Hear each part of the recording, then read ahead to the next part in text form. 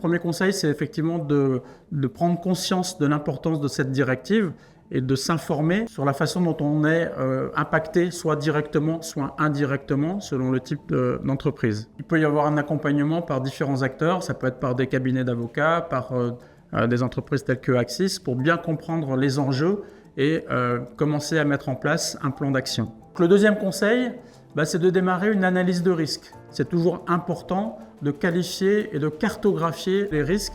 Et c'est par rapport à cette analyse de risque-là qu'on va pouvoir démarrer un plan d'action qui va viser à atteindre la conformité par rapport à cette directive NIS2 et REC. Le troisième conseil, c'est déjà de commencer à mettre en œuvre une organisation dans votre entreprise pour gérer cette mise en conformité NIS2 et puis commencer, si ce n'est pas déjà le cas, à mettre en place des mesures techniques pour renforcer le niveau de cybersécurité de votre entreprise, de vos solutions et d'accompagner ou d'exiger aussi de la part de vos fournisseurs qu'ils aient le même niveau d'exigence de cybersécurité. Le quatrième conseil, c'est par rapport justement à l'importance de cette chaîne d'approvisionnement, de prendre le soin de choisir vos fournisseurs, vos installateurs, les solutions que vous allez mettre en œuvre et de vous assurer qu'elles respectent les exigences qui sont définies dans la directive NIS2 et dans la directive REC.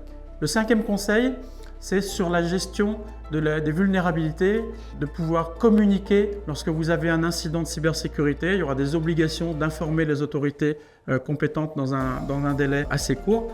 L'objectif, c'est vraiment d'être transparent, de ne rien cacher et que tout ça puisse permettre à toutes les entreprises, à toute la communauté de mieux se préparer, de mieux faire face à toutes ces menaces qui pourraient survenir. Alors effectivement, dans nos produits, dans nos solutions, nous avons déjà un certain nombre d'éléments de cybersécurité, mais il est important de les connaître, de savoir les mettre en œuvre, de savoir comment renforcer le niveau de cybersécurité de nos produits et de nos solutions.